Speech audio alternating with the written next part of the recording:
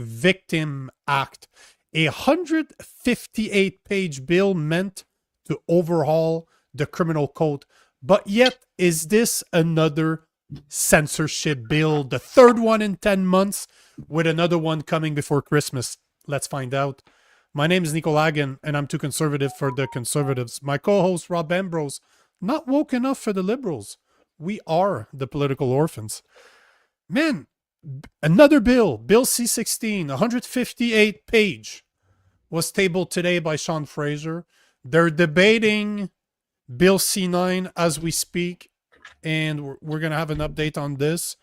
And we have an update on Bill C-16, Bill C-15 that we talked about heavily on Sunday, that we literally spend the whole show speaking about. So today is all about bill updates. And we're going to talk about a motion that was shut down by Carney. So today is all about updates. Yeah, it is. I don't remember, and that's a question I have for the people out there. I do not remember a government being so active on massive bills, like on potentially Canadian changing bills. Like, this is insane. Like, my intro is not an exaggeration. Bill C2, Bill C8, Bill C9, Bill C12, now Bill C16, Bill C15, that we talked about on Sunday, and we're supposed to get a new version of Bill C-63. That's 10 months. All of those bills that contain somehow surveillance or censorship in it. Absolutely insane. I don't remember ever seeing something like this. Well, it's funny. It seems like for the last couple of years, like, government's moving very slowly, like methodically. They'll table a bill here and there. Once it comes to shutting down free speech, all of a sudden they're workaholics. They're burning the midnight oil. They're putting in long hours when it comes to taking away Canadian free speech.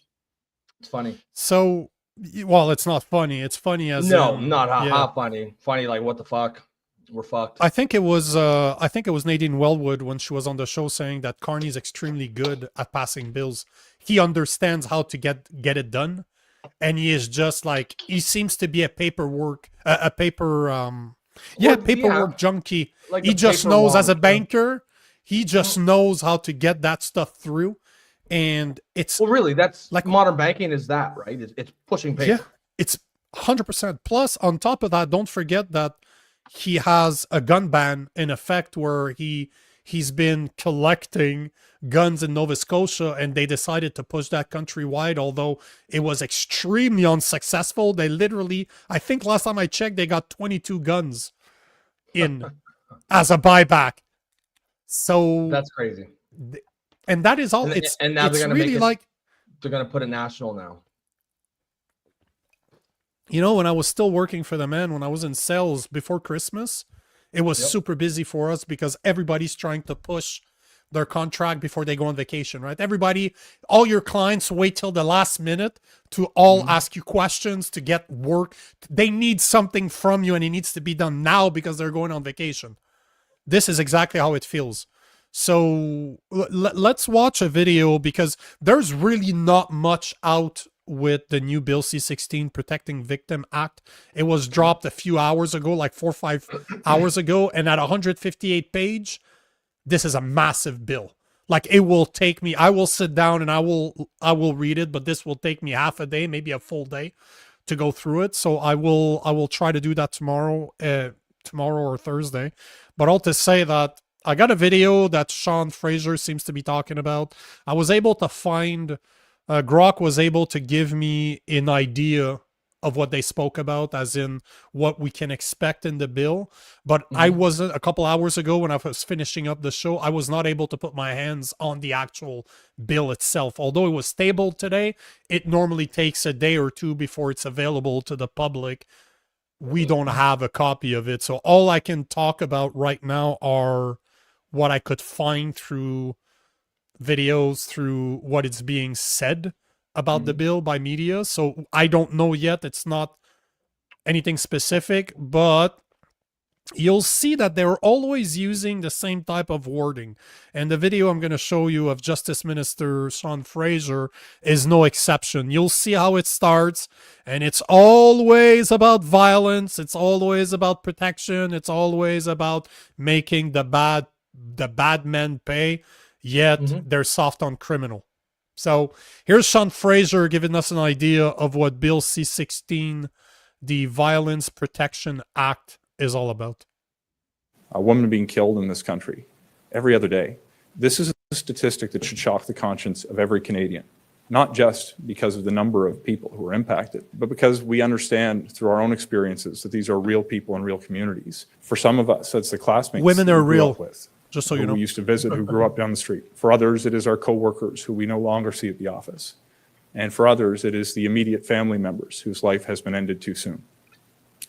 We are moving forward with changes that will recognize the severe impact that femicide has on families, on communities, on people in this country. We specifically will be creating a constructive first-degree murder charge where certain factors are present when a murder takes place, including a murder that is motivated by hate.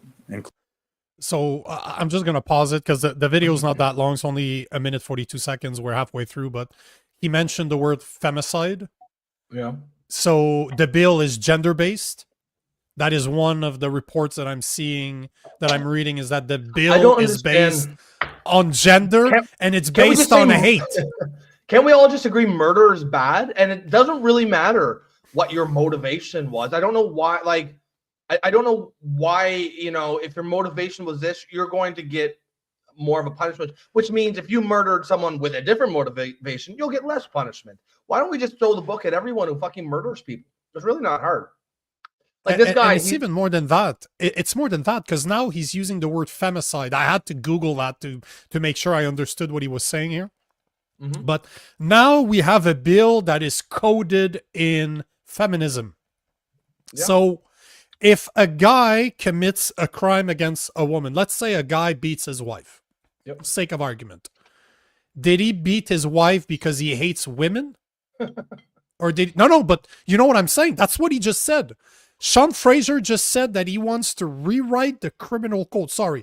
Update the criminal code so that the gender and the intention of hate is added as a penalty. So if a guy beats a woman, did he beat his... And I'm not agreeing that that should happen. That is not... I'm not condoning this. I'm just trying to play devil's advocate here. No. Are they saying that if a man beats his woman, does that mean that he's hateful against women as a whole, and because he's a heterosexual guy, he hates all women? Is that going to apply to lesbians? Because the higher rate of physical violence, did you know that the highest rate of I did know that of violence within a couple are lesbians, and the lowest one is gay guys. Gay men, yeah. just saying. Just saying. Yeah. I've heard that, and it's one of those things like, just do it's it. True, do though. with it as when you say it. Look, hey, this is just a fact. Do with it as you will. Not say, come to your own conclusions here. But I think when he says, hey, I think he means, I take it to mean race-based and fucking that nonsense, right? Like, well, it's hate, man. Everything can be hate. Well, yeah, I mean, it's just, and this is, of course, why it's a ridiculous thing, right? Yep. And I'm sure, like, when you say, like, I oppose hate crime legislation, there's always some idiot who's going to say, like, oh, so you like hate crime? You're for hate. Yeah, so you support hate? No, you idiot. It said it's a subjective thing that's impossible to define legally. And so we shouldn't go down that road. It's completely reasonable and in fact preferable just to say murder is a bad thing. We will treat all murderers the same. You know what I mean? How dare you? And I'm sure, like, where he's got things here where he's like you said, if it's motivated by hate, it will be, you'll get more of a punishment. He won't say it, but there are other factors that will give you less of a punishment. Like if you murder someone, if you murder a woman, but you're an immigrant, you're going to get less time. That is what Bruce Party was mentioning the other day, right? I made a video about this saying how Bill C9 is racist. And that's not written down anywhere, and no one will admit that's going to happen. But in practice, we're seeing it everywhere we look. We're seeing immigrants 100%. or people who are in the immigration process, not even citizens yet, who are getting lenient sentences by judges for sex crimes. And the judge is saying specifically, I'm giving you less of a sentence so that it does not affect your immigration status. And it's like, what? How the fuck did we get here?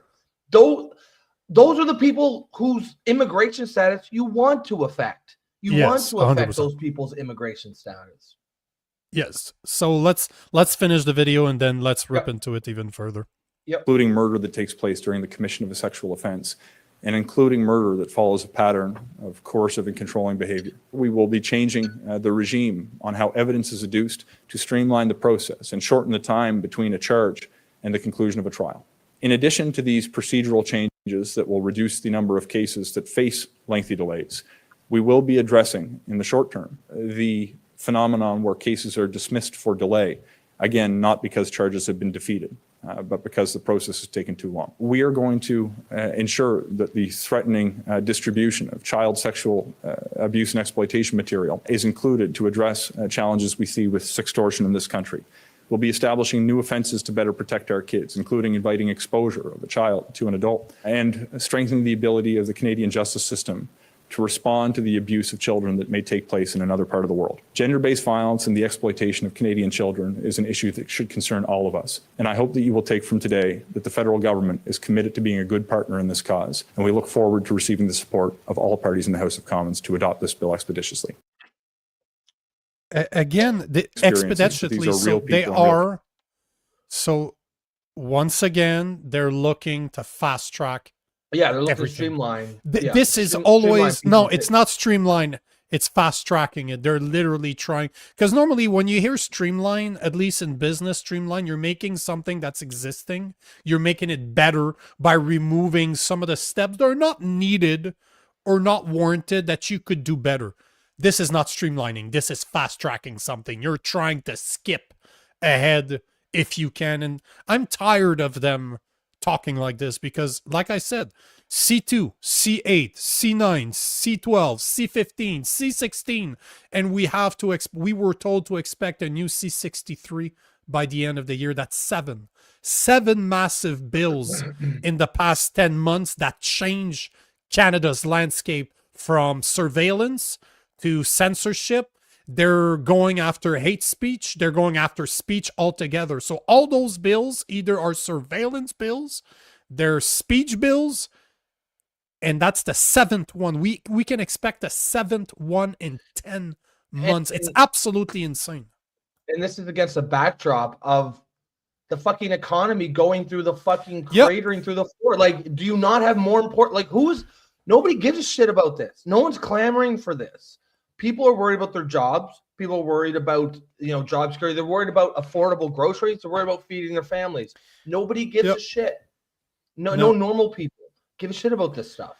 As a great comment here by Rusty Wiener. Love that name. It ain't Weiner. He said, no matter how much you try to get us to say Weiner, it ain't not gonna fly. It ain't gonna happen, bro. Sorry. No, that's not how we roll here. He says, femicide, that's disgusting. Now it's written in law that a woman's life is worth more. Gender-based violence is bullshit. That's a great point. I mean, and when you say that point to, say, a feminist or someone supports that, they will say something like, no, that's not what it means, blah, blah, blah. But if you ask them to explain how it doesn't mean that, they'll never be able to, like, it is what it means. At heart, fundamentally, that is what that means. And that's why a lot of this, the hate crime stuff, remember we talked to Bruce Purdy, and he said it has to happen, the definition of hate is these crimes that happen to people of an identifiable group. But white people are not part of an identifiable group. So essentially what those laws are saying is that a white person's crimes against a white person are worth less. It's not as important. And this is it's just further down the road of a two-tier justice system. And it's such an easy problem to solve. Just fucking treat everybody the exact same. Treat every crime the exact same. It doesn't matter who the identity of the victim. Treat all murders the same. Treat all robberies the same. All rapes the same. it just one law that applies to everyone. It's so fucking simple. So here are the stats. So this is what's funny about that femicide. So before I go into the next comment I wanted to make, I got a definition of femicide. So the definition of femicide is killing of women and girls because of their gender, which can take the form of inter alia, the murder of women as a result of intimate partner violence, the torture and misogynist slaying of women. So you're killing women because they're so because here is women? what That's stupid. yes, you're killing them because they're women. But listen, but I just want to state the statistics before we push. But hold on, this is where it's going to get interesting, because earlier I was saying how the people that are most prone to violence within a relationship are lesbians. I just want to show the numbers. 43.8% of lesbian women have experienced violence within their relationship. 35% in heterosexual relationship, and 26% of men and gay couples have experienced violence. So women are almost twice as much likely in a lesbian couple to experience violence than gay men. Who's really the problem here? I'm just saying. I'm just pointing it out here. Who's really the problem here? I've heard that fact before, and it's been the same for a long time, because I've been using those statistics multiple times a year. Like when I debate lesbians on why men are so important for boys. Yep. That's one of the statistics that I show all the time. But all to say that you consider this, you consider that now they're calling it femicide. They're trying to put hate on gender even more. So this is a feminist bill, right? But the question I have for this when I listen to something like this is, okay, considering that women are almost twice as likely in a lesbian relationship to receive physical violence from their partner than men are, does that mean that a woman beating her woman partner is going to receive lesser of a sentence than a man beating his wife? And I'm not condoning physical violence or any type of violence against your partner. That is not what I'm saying. But if we're going to play devil's advocate from a law perspective, does that mean that a woman that commits a crime against a woman is not doing it because she's a woman? She's doing it because of whatever reason, because she was mad. Let's say that's the issue. If a man commits a crime against a woman, is that a hate towards her gender? If a man commits a crime, if I'm at a bar and I'm flirting with this woman, which I think she's a woman, I grab the middle pants, there's a fucking dick there, I smash his face, I punch him as hard as I can to knock his fucking ass off, does that mean I committed a hate crime against a trans woman? I mean, that's probably not the best example, because that is a crime. It's like if you grab his dick. No, but hold on. If he grabs your dick, hold on. And then you find out that it's a man. Then... Listen to what I'm saying. But I'm not grabbing his dick. I'm grabbing his crotch, thinking it's a woman, and then I find a penis there. I don't know that it's a trans man. I think I don't know that it's a trans woman. He hasn't done anything yet. No, but you're not listening. Let's say you're not listening. He kissed you or something. You're not. No, forget that part. I'm not condoning the violence here. I'm just saying, if I'm touched by a dude and I don't like it, I punch him. This is self-defense, right? If a woman, I think as a woman, hits on me, we end up kissing, grab the crotch area, there's a dick there, and I lose my shit and I punch him. Is this violence? Yes.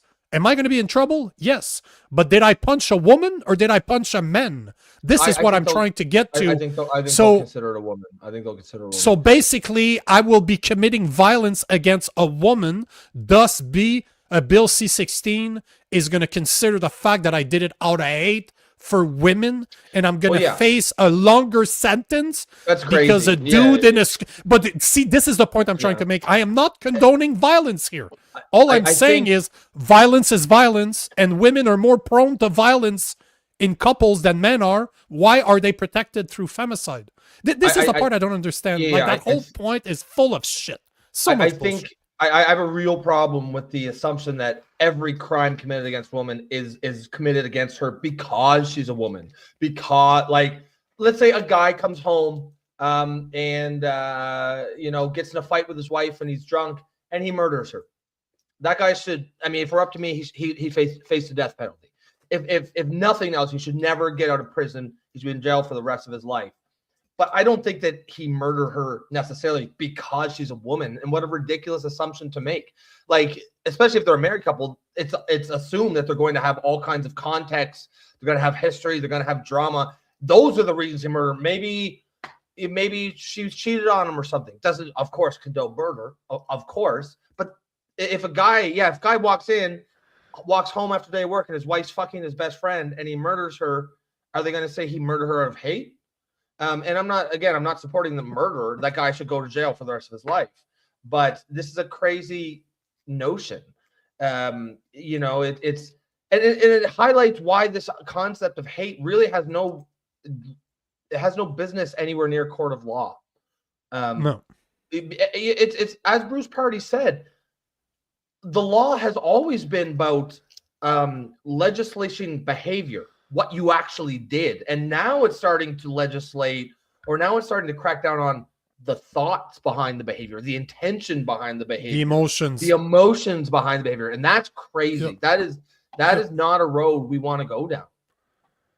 No, absolutely not. That is a very, very dangerous road to go down. And to kind of expand to what I was saying, so does that mean, so if a guy hits a woman, obviously Bill C-16 will stipulate that it was a hate crime.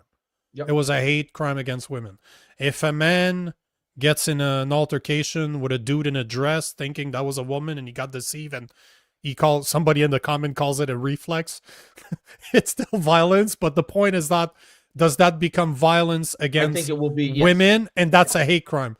So think it does will that be mean against- that if a woman kills a man, which happens all the time, if a woman hits a man, which happens all the time, won't be a hate crime. it's not a hate crime. So basically what Not an you're identifiable saying is group. that heterosexual men are going to be literally hated on by this bill. So now, not only are Christian in Canada being attacked through Bill C-9, now Bill C-16 is saying to heterosexual men that we are hateful by nature. Is that what I'm hearing?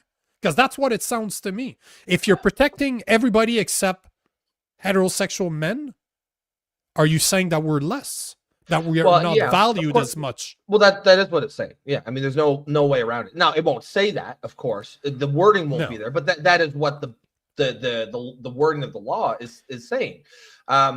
What's interesting though is, you brought up the domestic violence rates in lesbian couples, which are the highest of higher than heterosexual couples. But if a woman is beaten or killed by her lesbian partner, I guarantee you, the person who commits that crime will not be subject to these new added penalties. Even though that was my point. It's a woman being murdered, but it's not femicide when it's a woman murderer. It's got to be a man. So it's hard to see this as anything other but as a targeting men. And as someone who just believes in an equal society, that can't be we can't do that shit. And I wish more people would stand up, because you know how it is. If you're a white man and you speak up, no one's going to pay attention to you. This is why I speak up for the Christians when I see Christians getting persecuted and just treated unfairly by the government, because I know that it's not that effective if it's the Christians complaining, because people will just say, oh, well, they're just complaining because they're the ones being targeted. So you need people outside the group. It would be nice if women stood up and said, like, no, this isn't right. It definitely isn't. And again, like I was saying earlier, I wasn't able to get my hands on the bill yet, so I haven't been able to go through it and actually to read it page for page, but it is 158 page long, so it's not a short bill. Wow. But as per what's being told, here is some of what is part of the bill. So there is a section. So basically, just so you guys understand, the new bill is to amend the criminal code. So they want to change the consequences of certain acts and adding a component of gender and hate.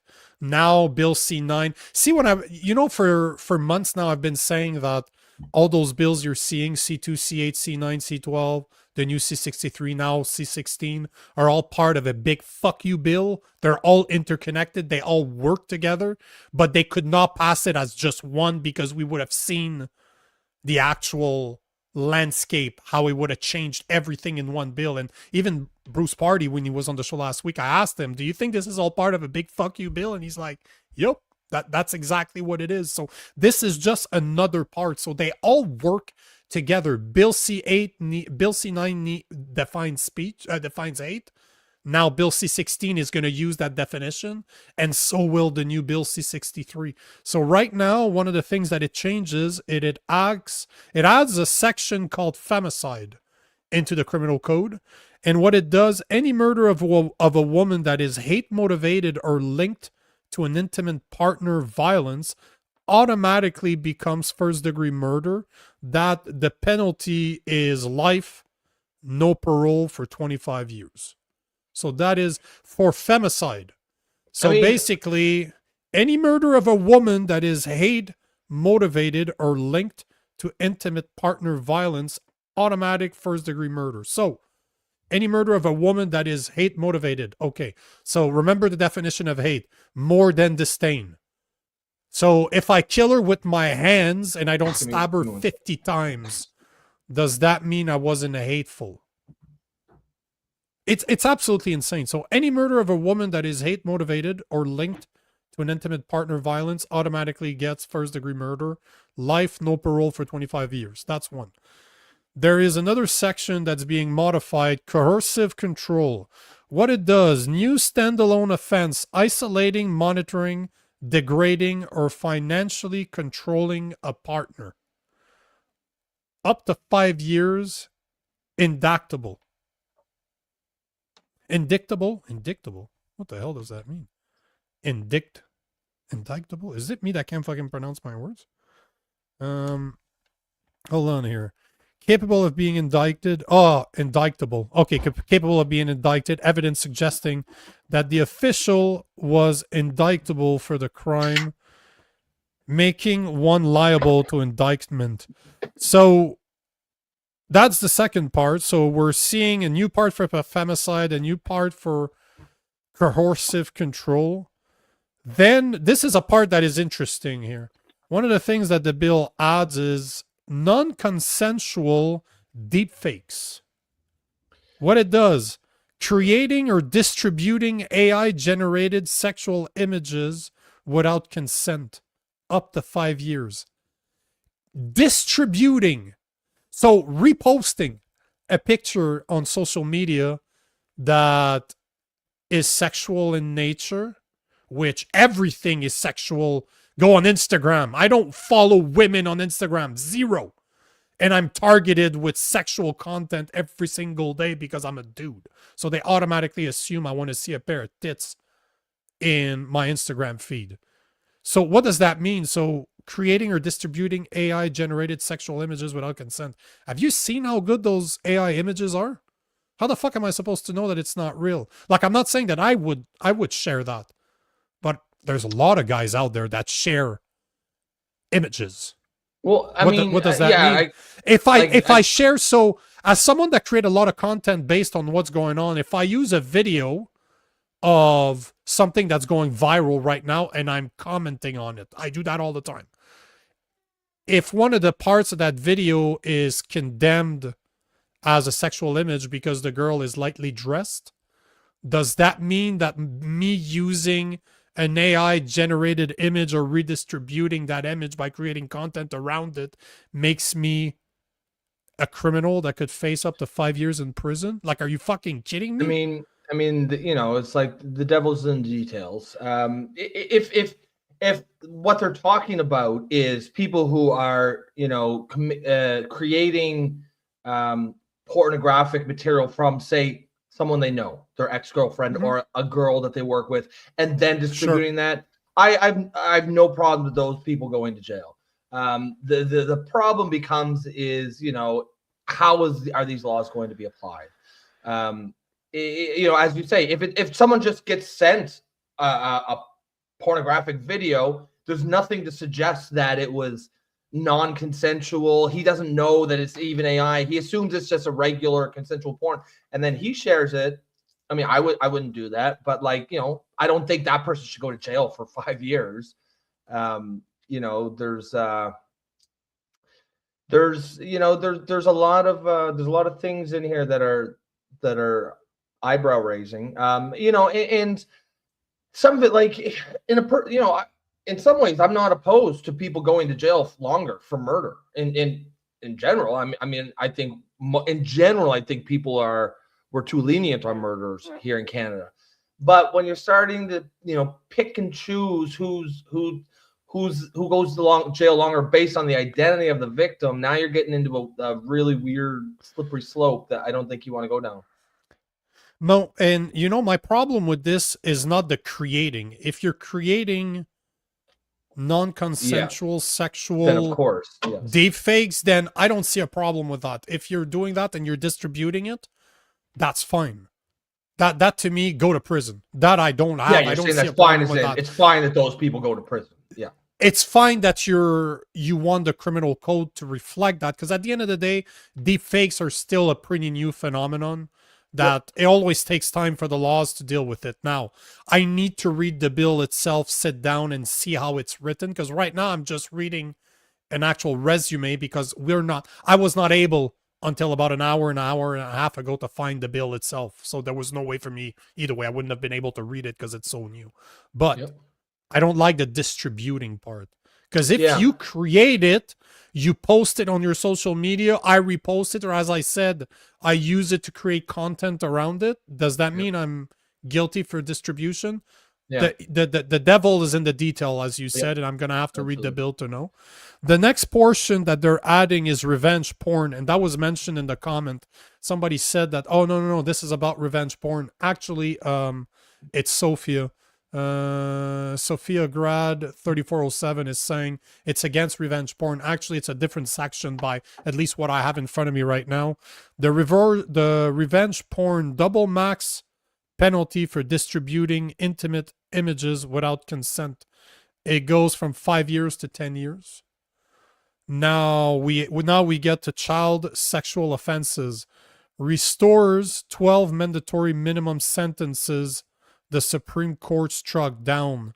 Child porn possession being one of them, luring. So one of the things that you and I have spoke heavily on this show is how many men recently, especially foreigners, that are here on temporary visa, they're trying to become permanent resident, are getting their case thrown out because they're immigrant when it was child pornography. This is deport. Unfortunately, we have our own pedophiles here in Canada that were born here, so we can't fucking deport them. So at least if that's, I'm going from a resume, if we're saying that they want to restore the 12 mandatory minimum sentences that the Supreme Court has struck down, I'm all for it. Make them 10 times worse than they were before that. When it comes to children, that is a line I will not cross. That I absolutely refuse to be lenient on child predators. That's the one thing I would believe in the death penalty. I know I shouldn't, but that is the one thing that I could be convinced that it's needed. Yeah. I mean, I'm all for I'm all for that stuff. Again, you know, as we keep saying, it's devil's in the details. You know, it's good that on some level that they're starting to be a little bit tough on crime somewhere, but like, I don't like this picking and choosing which crimes. Just be tough. Just be more. If you want to make you know, murder more of a, if you want to increase the punishment for murder by more across the board, I will 100% support that. Less so if you're just saying, okay, if you murder this type of person, we're going to increase your punishment. But if you murder that kind of person, it's fine. That's okay. So, you know, that's not as bad. You'll just get the normal light punishment. The other part is grooming / recruiting kids into crime. New offenses for adults pressuring minor into gang or crime up to 14 years if it leads to serious offenses. Okay, that I don't see a problem with that. Again, I'll have to read the bill. Victim privacy in court. That one I'm not sure I like. Victim privacy in court. Harder for accused to access the victim's therapy counseling records. Must prove essential to defense. Yeah, I don't like that. No. Again, who is mentally ill? There's a lot of trans individuals out there that are mentally ill. Now we have a bill that is, I guarantee you, as we said earlier, that bill will consider trans women to be women, not dude, sure. No doubt. not a dude No with doubt. a mental illness. No doubt. And now now the victim of a crime that is mentally ill. I'm not saying that they should be victim of a crime again. That's not what I'm saying. But you're telling me that you won't be, it sounds at least that you won't be able to access their therapy/counseling records. So yeah, why? I don't like why that. wouldn't you? I don't like that. Let the jury decide if it's relevant or not. Like 100%. Like who is? You should not have to jump through hoops to get some, because that could be crucial to the case. If the person has a history of if they're telling their therapist, hey, I'm going to go and make a false rape accusation against some rich guy. I want that documentation to be at the trial. If I'm, not saying this is a common thing, but it does happen. It absolutely does happen. The point is, if you're on trial for your life or you're facing serious jail time, you should have every tool available for your defense, and the jury will decide if something is relevant or not. I agree. I completely agree with you. Let's see. There was 2 more points to this, not one more. The Jordan rule fix. Court must consider alternatives before staying delayed trials, extension for complex cases. Designed to stop case being tossed for delay. That, to me, the way I understand the Jordan rule, I'm for that part. I don't like when cases are being thrown for technicalities or cases are being thrown because they took too long. Well, take less fucking time. Stop delaying it so much. Fix your fucking problems. I don't want a rapist, a criminal to go off because literally go off. Wow, that is a poor choice of word. I don't want to see a rapist be released into the population because for some reason his trial took too long. Yeah, that definitely needs to be fixed. So let's see what are the other bills, because the other parts of this bill, because again, it is 158 pages long. Man, that is a long bill, man. God damn. Yeah, that's crazy. I don't like, by the way, as much as I read them all, I do not enjoy reading those bills. It's boring as shit. Man, it's boring to read those bills. Well, they're designed to be confusing and boring 100%. so that people don't read them, right? For the people out there, have you guys seen a result for Bill C9? Because I was invited to an emergency meeting organized by a man of the name of, what was his name? Because I was invited there. I don't know the guy that invited it, but somebody said I should be on that call. But all to say that there was a meeting with more than 900 people on it, most people of the Christian faith that have been asked to join an emergency call because and Andrew Lawton, Andrew Lawton, the Conservative Party member, was on that call with other really big names in the conservative movement. But he was saying on the call today that the vote for Bill C9 to see if it's going to pass or not, because it was reported today that the Liberals will honor the backdoor deal that they made with the Bloc Québécois, where they asked about removing the good faith portion of the criminal code. I believe it was section 131, section paragraph 2, where it would remove religious protection against hate speech from the criminal code. Remember, if the Liberals need another party to vote in favor of C9 in order to pass, that's the deal that they've made. Supposedly the deal is back on, and today was the vote.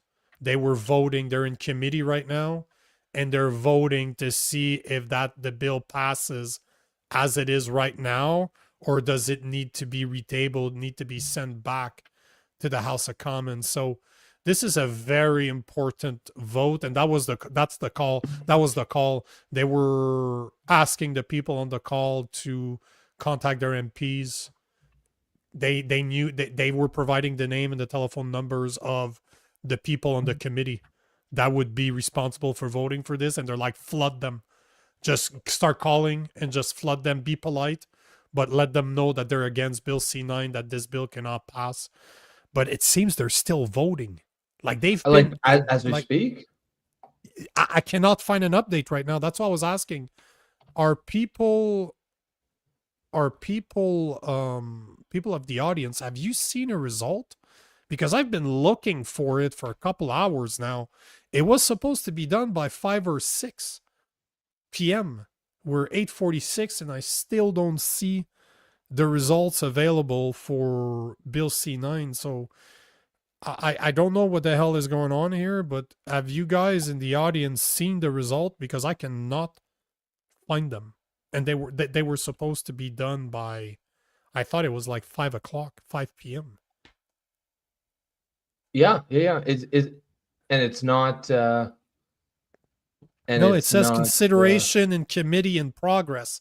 That's the last progress on the bill itself. If you go to parl.ca, where the bills are hosted, where you can actually download the bill itself and look at where it stands right now, what's the progress about the bill. But I cannot find anything, and that should have been released almost 4 hours ago. So I don't know what's going on right now with Bill C9. I really thought I'd have an update, but I think Rusty Wiener is saying that nope. So we still don't have a result, which is messed up. I really wonder what's going on. That's never good. You know, I'm a big fight fan. When you look at when a fight goes to the judges and it takes a long time for the judges to come back with a decision, you know somebody's getting fucked. Yeah, that's always how we see it in the fight game, right? As I've coached many fights, and if your guy is not it was a tough fight and the judges are taking forever to come back with a decision, somebody's getting fucked. And I don't like that. Almost 4 hours after we should have seen the result, it's still not there. Yeah, well, I don't, and also, you know, votes don't really work like it's not like they have to privately confer. Like they should all be public. It's a yay nay too, right? It's everybody that is part of that committee is gonna vote on the bill. So it's not like they have 400 people either. It's whoever's on that committee. Yeah.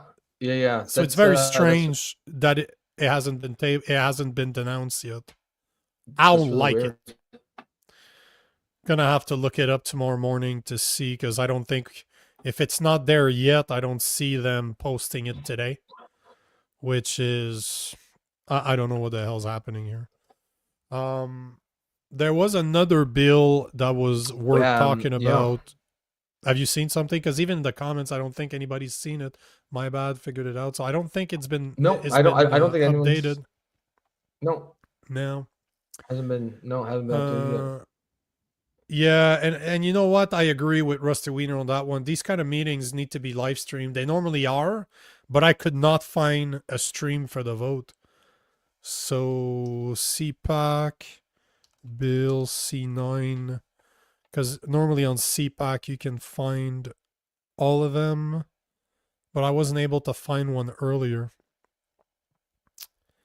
So yeah, I still don't have anything, but I'll keep my I'll keep my eye on it. We'll definitely talk about it tomorrow. There's another bill I wanted to cover. Remember on Sunday we talked about the Bill C-15, the Budget Implementation Act, and how the Liberals were trying to pass amendments to the Red Tape Reduction Act by hiding the amendments they wanted in that 630-page omnibus bill. The amendments that would have granted cabinet ministers the power to exempt any individual or company from any federal law on the books, except for the criminal code up to 6 years. It was voted down today. So it looks like the Bill C-15 is going to need to be retabled. I haven't seen why. Sorry, it was voted down yesterday. So it was defeated, so it's going to need to be retabled. So that's a good thing. At least Bill C-15 has been voted down. It looks like people saw through it.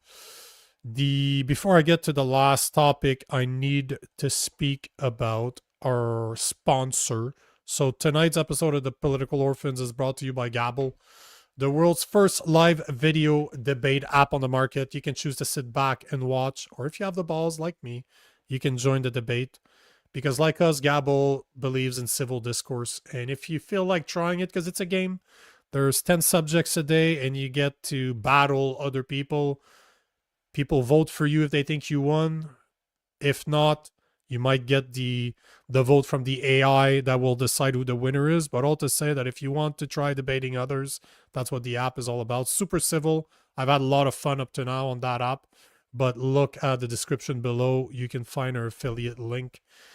The last thing I wanted to talk about is fucking Conservative Party of Canada. The Conservative this morning were whining that have you heard about that the Conservatives over the week have put a motion together that they proposed a motion where they wanted the Liberals to confirm the terms of the MOU that they signed with Alberta, and Carney basically said, yeah, I will not sign that. So Carney's not interested in What? Yeah. People won't stop talking about it. I find it hilarious. And So they're people ask for more information, and he's like, no, I'm just not going to do that. No. So the Conservative put a motion together asking the Liberals to confirm the MOU, to state publicly that they will respect the term and condition put in that MOU. Mark Carney said no. Oh, no. No, It just guys, proves you didn't think that was how... a real document, did you? Exactly. So today I made a post, and all I said is good. This is great news for Alberta. The MOU's proposed provincial $130 a ton industry carbon tax plus mandatory carbon capture would price Alberta's oil and gas out of the world's market.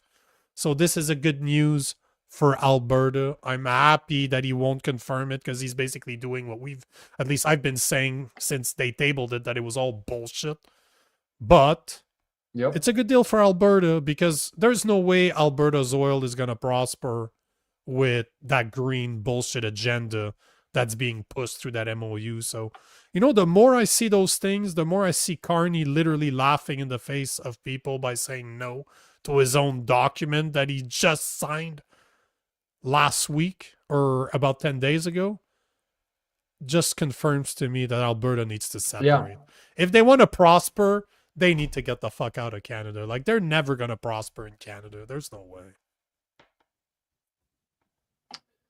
Well, I mean, that's what a lot of the people there are saying. I mean, obviously, I would like them not to. I'd like them to stay, but that's only because the rest of us are fucked if they leave. For me, it's not even about like the politics of it. It's about like we'll be left behind. We'll be left with a debt-ridden husk.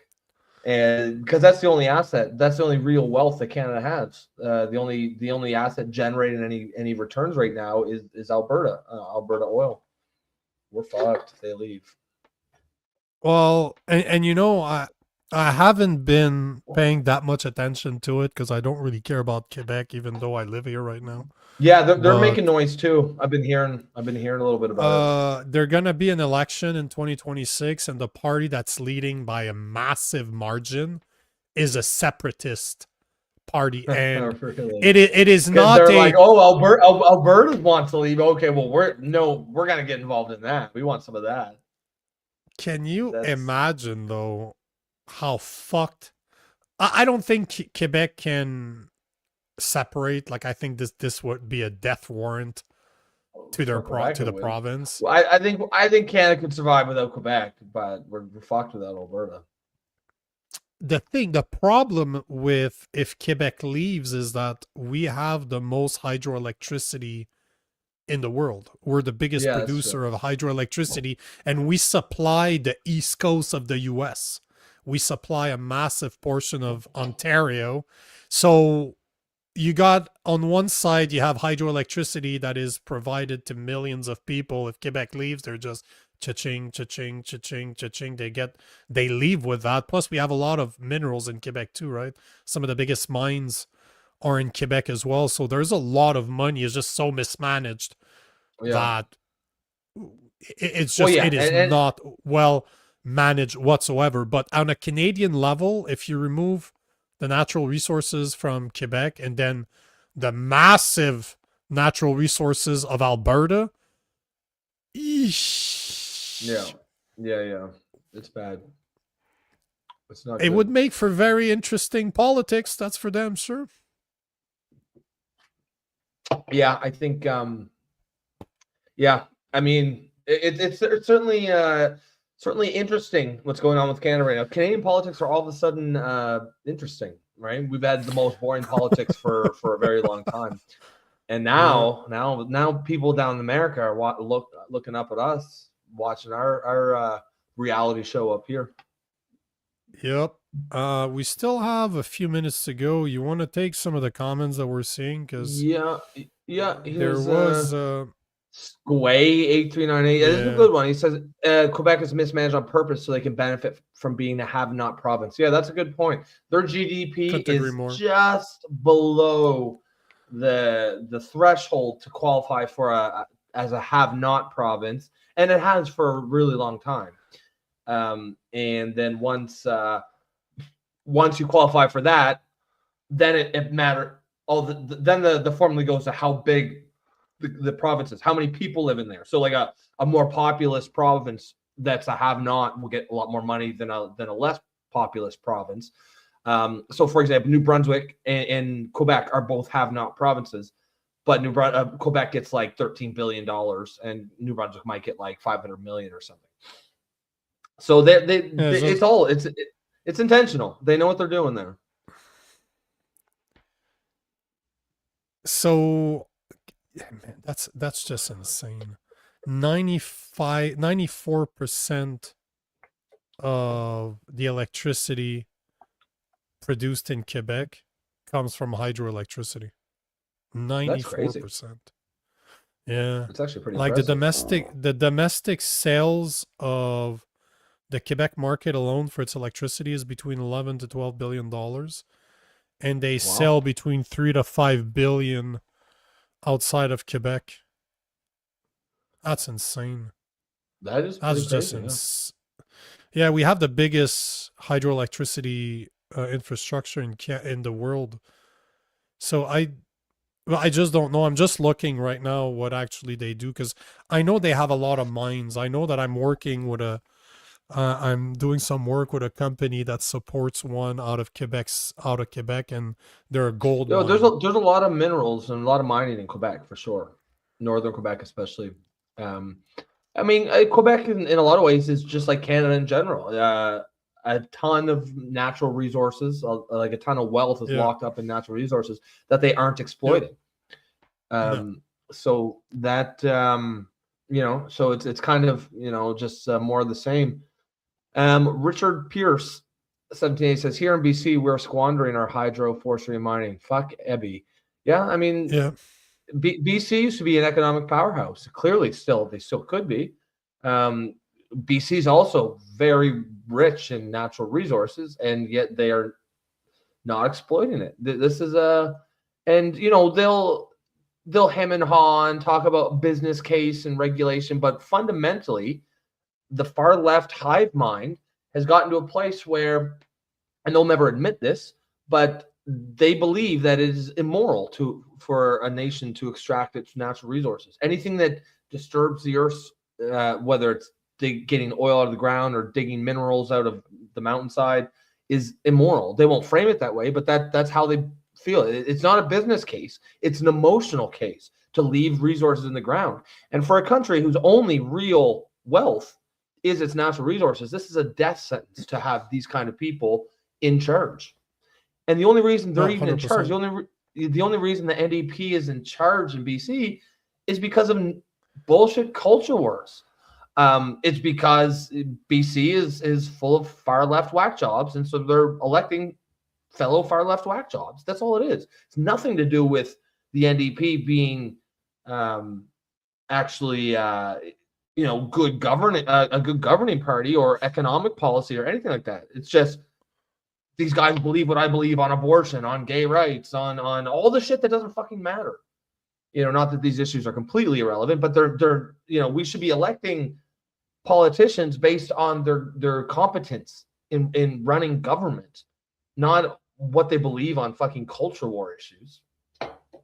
So if you look at mining, the top 3 provinces in Canada, it's Ontario at 13 billion produced each year.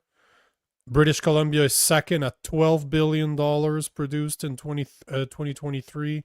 13 billion for Ontario, making it number 1. And Quebec is number 3 at $11.9 billion. So they're all pretty much, a top 3 is almost interchangeable at that point. But I didn't realize, though, that Quebec has 22 high in demand mineral like iron, zinc, huge critical mineral like lithium, rare earth, niobium. I've never heard of niobium. That sounds pretty cool.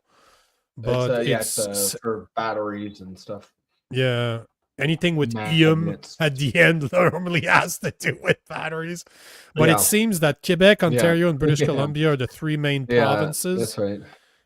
And Quebec is sitting on their asses. Same with British Columbia. It's a self-inflicted idiocy through terrible policies that are keeping our natural resources in the ground. And as you said, considering that we're not recognized as innovators for technology, our main high-tech our sector, money is in startup culture. No. We make money with natural resources. Now we're going to tax our oil and gas in Alberta 20 to 30% above the world's market. We sit on our natural resources in BC, Ontario, and Quebec. It is the dumbest thing. The more you look into it, the more stupid we are. Sorry, the stupider we are, I think is the right way to say it. We are the stupider. Yeah, that's right. At some point we're gonna have to shake it off the pot. Like the economy's gonna make it such that we're gonna have no choice but to start, getting our resource out of the ground, and it'll be interesting which way Canada goes. Are we still gonna stick with what's not working, or is there gonna be a critical mass of people who have said, okay, this failed experiment has gone far enough. It's time to elect the adults in the room and clean this place. It's not hard. It's really not hard to get this country back on track economically. You just have to have the political will to do it. Unfortunately, it's, as I've been saying for a while now, even Bruce Party agreed last week. Everybody we speak to seems to agree. It's going to have to get worse before it gets better, unfortunately. Yeah, I think so too. So, before we end, I just want to remind people that on Friday, 3 p.m. Eastern Time, there will be a special episode of The Political Orphans. Again, I don't know if you're joining or not, but that's the only time that Friday, Mark Nixon 3 p.m. had. Yeah, my Eastern Time, so I think it's 4 for your time. I might be. I'll let you know tomorrow. Yep. So Mark Nixon is joining us to speak about why he's not addressing all of the problems that are out there on this content. So that should make for a very interesting conversation on... Yeah, that will be a good chat. Yeah, I like the guy. I actually like the guy, but I don't understand why he doesn't rip into the conservative and what needs to be talked about. On Saturday, we have a Saturday night mashup. That one's going to be cool on radical Islam. So it's going to be a very interesting conversation. And on Sunday, just so you guys know, we will not have an episode of The Political Orphans because I was asked to join Pastor Arthur Pawlowski live event. He wanted us to put together a charity event because every year he gives a lot of his time, a lot of money to homeless. And not funny enough, but he was arrested during COVID because he refused to stop giving to the homeless. So on Sunday, there is an event that we're organizing with Arthur Pawlowski that's going to last from like 6 p.m. to 10 p.m. So that's what we're doing on Sunday. So there will not be a show of the political orphans on Sunday because that's what we're going to be doing. But yeah, but so you guys will still be able to tune into that. What you're doing? It's still going to be. It's going to be streamed everywhere. Oh yeah, 100%. There still is going to be a show streaming. Is going to be streaming from 6 to 10. You're welcome to join, by the way, because those events are always people show up, they leave, they show up for half an hour. Yeah, I might pop in for a little bit. That'll be fun. Because the whole point is just to put it in front of as many people as possible. I think the last time we did this, we were above 10,000 people or something like that were watching the stream. So it's just, we want to raise money we want to help Arthur with the work that he does. So I do charity work on the side. I need to do more, but yeah, that's just one of the other ways to do though. Yep. No, that sounds fun. Hold on, let me just take that. I just think it's funny. Trevor, Nico, do you ever get to see your family? Yeah, I do during the day. We all work from home, right? I work from home, so does my wife. So I get to spend time with my son every day and my wife. But is it enough if you ask my wife? No, fuck no. It's not. But this week is crazy. I'm literally recording every single day. 2 today, 2 tomorrow, 2 Thursday, 1 Friday, 1 Saturday, and 1 Sunday. Yeah, it makes for an interesting week. But that's it. I'm done. Are you frozen or are you just very still right now? I think we lost our liberal Rob Ambrose. He's been stuck there for like 30 seconds, not moving. So I will close the show. As he says, we'll put a pin in it. And great conversation, guys. If you want to support the work that Rob and I do, please consider becoming a member. It's $2.99 a month on YouTube. If you don't want to give YouTube your money, we fully understand. You can give us a tip right here. You can buy us a coffee. It's a one-time thing. You give as much as you want or as little as you want. But the most important part, just continue showing up. Continue commenting. Continue liking the videos and continue providing your opinion. And on that note, guys, we will see you tomorrow, 8 p.m. Eastern time, as always. Have a good day, guys.